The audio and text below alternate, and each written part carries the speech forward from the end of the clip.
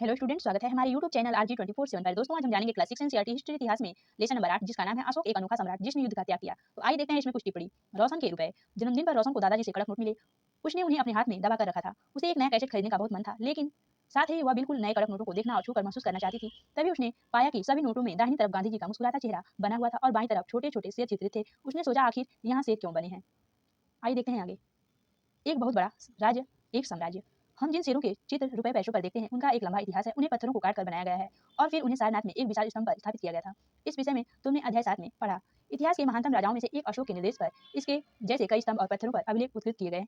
इसके पहले कि हम यह जानें कि इन अभिलेखों में क्या लिखा है, यह समझने की कोशिश करें कि उनके राज्य को साम्राज्य क्यों कहा जाता है। अशोक जिस साम्राज्य पर शासन करते थे, उनकी स्थापना उनके दादा चंद्रगुप्त मौर्य ने लगभग 2300 साल पहले की थी। चाणक्य या कौटिल्य नाम के एक बुद्धिमान व्यक्ति ने चंद्रगुप्त की सहायता की थी। चाणक्य के कई विचार हमें अर्थशास्त्र नाम की किताब में मिलते हैं।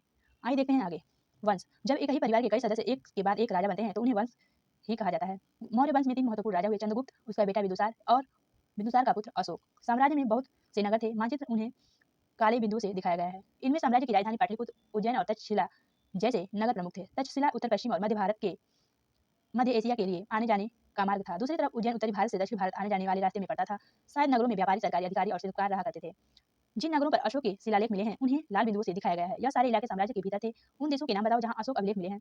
भारत के कौन से राज्य मौर्य साम्राज्य के बाहर थे? साम्राज्य के बहुत बड़े क्षेत्र किसानों और पशुपालकों के गांव में बसे हुए थे। मध्य भारत जैसे इलाकों में ज्यादातर हिस्सा जंगलों से भरा हुआ था। वहां पर लोग फल फूल का संग्रह और जानवरों का शिकार करके जीविका चलाते थे। साम्राज्य के अलग अलग इलाकों में लोग भिन्न भिन्न भाषाएं बोलते थे। वे लोग शायद अलग अलग प्रकार का भोजन करते थे और यहाँ तक कि अलग अलग किस्म के पोशाक पहनते थे। आइए देखते हैं आगे। राज्य साम्राज्य से कैसे भिन्न है? चूंकि साम्राज्य राज्यों से बड़े होते हैं और उनकी रक्षा के लिए बड़ी सेनाओं की जरूरत होती है, इसलिए सम्राटों को राजाओं की तुलना में ज्यादातर संसाधनों की जरूरत होती है। इसी कारण उन्हें बड़ी संख्या में कर के इकट्ठा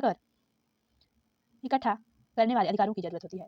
धन्यवाद दोस्तों। ऐसे ही कुछ महत्वपूर्ण बातें हम अगली वीडियो में जानेंगे। अगर वीडियो पसंद आएगी तो लाइक शेयर सब्सक्राइब